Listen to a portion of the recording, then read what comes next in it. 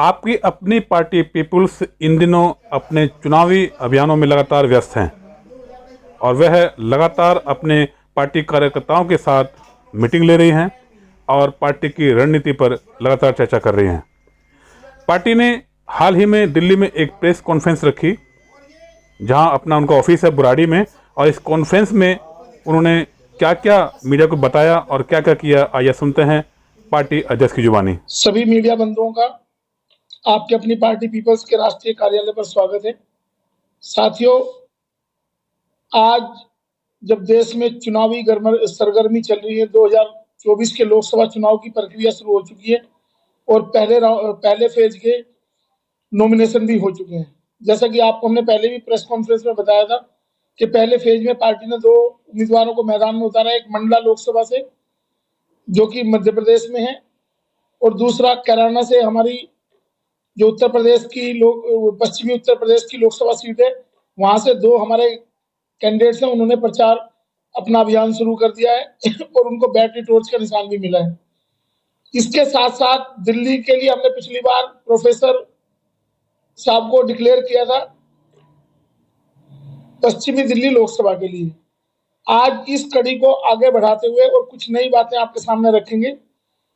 सबसे पहले हमारे बीच में नेशनलिस्ट कांग्रेस पार्टी के प्रदेश प्रवक्ता का पद छोड़कर आपकी अपनी पार्टी पीपल्स में हमारे भाई सुशील चौधरी जी आपकी अपनी पार्टी उन्होंने आज पार्टी को ज्वाइन किया है और पार्टी के विचारधारा में आस्था दिखाते हुए उन्होंने पार्टी ज्वाइन करके ये निर्णय लिया है कि मैं पार्टी के साथ काम करूंगा, पार्टी को जब तक पार्टी रहेगी तब तक मैं पार्टी के साथ रहूंगा। तो सबसे पहले तो हम इनको मेंबरशिप दिला के पार्टी में इनका स्वागत करना चाहेंगे।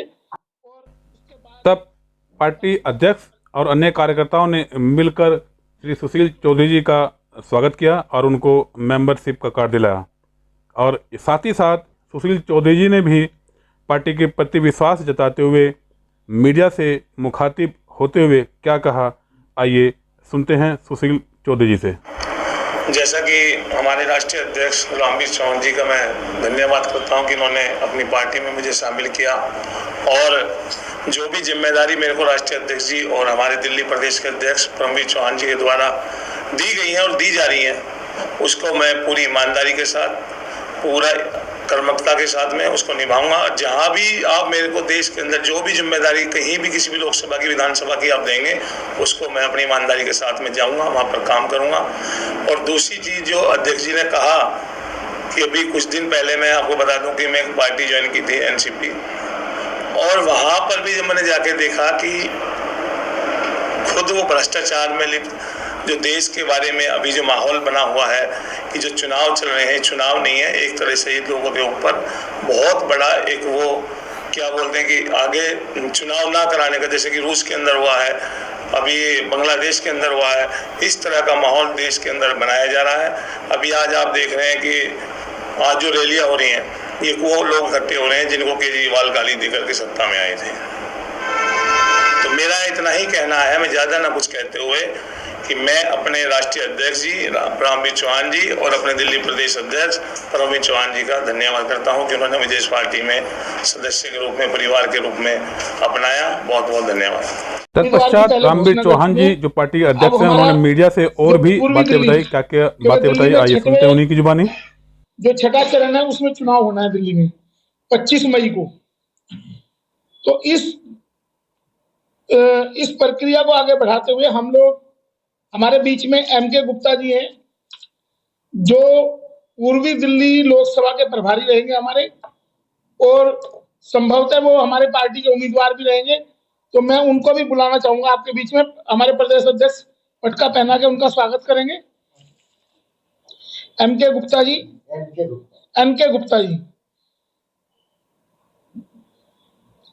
गुप्ता जी पूर्वी दिल्ली में उतरे या फिर इनका कोई नॉमिनेटेड आदमी चुनाव में उतरेगा।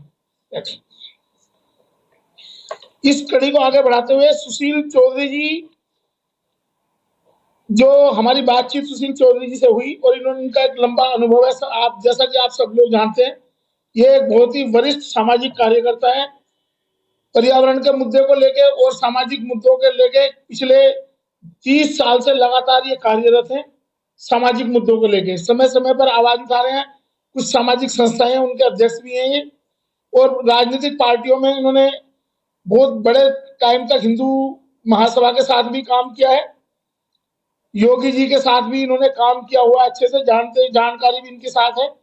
अब इन्होंने आपकी अपनी पार्टी पीपल्स की विचारधारा हम भारत के लोग को मानते हुए और ये आस्था जताते हुए कि इस पार्टी की विचारधारा सबसे अच्छी है, जो जाति विहीन समाज की कल्पना करती है, जातियों को समाप्त करने की बात करती है, इसमें अपनी आस्था रखते हुए सुशील चौधरी जी को पार्टी का दिल्ली प्रदेश का प्रभारी बनाया जा रहा है। दिल्ली प्रदेश का प्रभारी इनको बनाया जा रहा है। साथ साथ सिर्फ लोकसभा ही नहीं, 2025 में जो फरवरी में विधानसभा का चुनाव होना है, उसके लिए भी इनको एक महत्वपूर्ण जिम्मेदारी दी जा रही है। पार्टी की जो भी प्रदेश स्तरीय कार्यक्रम होंगे, उसमें दिल्ली प्रदेश के अध्यक्ष परमवीर चौहान और सुशील चौधरी जी मिलकर इस कार्यक्रम को आगे बढ़ाएंगे और दिल्ली की सभी 70 विधानसभा सीटों के लिए हम चुनाव की तैयारी कर रहे हैं। ये हमारी पूरी पार्टी की रणनीति है। 70 की 70 विधानसभाओं पे हम चुनाव लड़ेंगे विधानसभा का। लोकसभा के लिए ट्रायल के तौर पे, जबकि हमने पिछली बार भी चुनाव लड़ा और बहुत अच्छे तौर तरीके से पार्टी ने चुनाव दिल्ली की सभी 7 सीटों पे नॉमिनेशन किए थे और 6 सीटों पे हमने चुनाव लड़ा। एक हमारा नॉमिनेशन कैंसिल हुआ था। तो दिल्ली में इस बार भी हम 7 सीटों पे चुनाव लड़ने जा रहे हैं, दिल्ली की सभी 7 लोकसभा सीट पे। उस कड़ी को आगे बढ़ाते हुए हम उत्तर पूर्वी लोकसभा में, जिसपे भाजपा ने अपने कैंडिडेट डिक्लेयर कर दिया है और बाकी राजनीतिक पार्टियों ने अपने कैंडिडेट डिक्लेयर नहीं किए, तो हमारी पार्टी के उम्मीदवार उत्तर पूर्वी लोकसभा से भाई सुशील चौधरी जी होंगे। ये चुनाव लड़ेंगे उत्तर पूर्वी लोकसभा से, तो ये लोकसभा के हमारे प्रत्याशी भी हैं।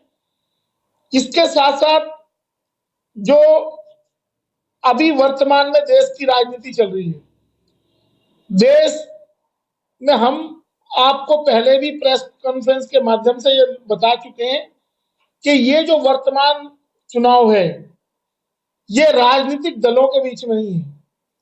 ये एक तरफ जो तानाशाही हुकूमत पैदा करना चाहते हैं, तानाशाही करके देश में अपना शासन स्थापित करना चाहते हैं, उन लोगों का चुनाव है।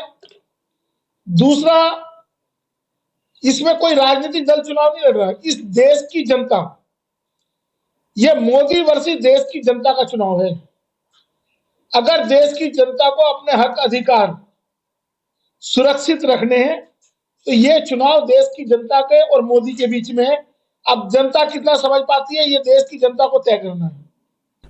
खैर, आपकी अपनी पार्टी पीपुल्स अब पूर्ण रूप से दिल्ली की 7 लोकसभा चुनाव में अपनी कैंडिडेट उतारेगी और कुछ को उतार भी दिया है। और आने वाले चुनाव में, लोकसभा चुनाव में, वे जो बाकी पार्टियां हैं उनको भी एक कड़ी टक्कर देने वाली है। दिल्ली से जयराम की रिपोर्ट।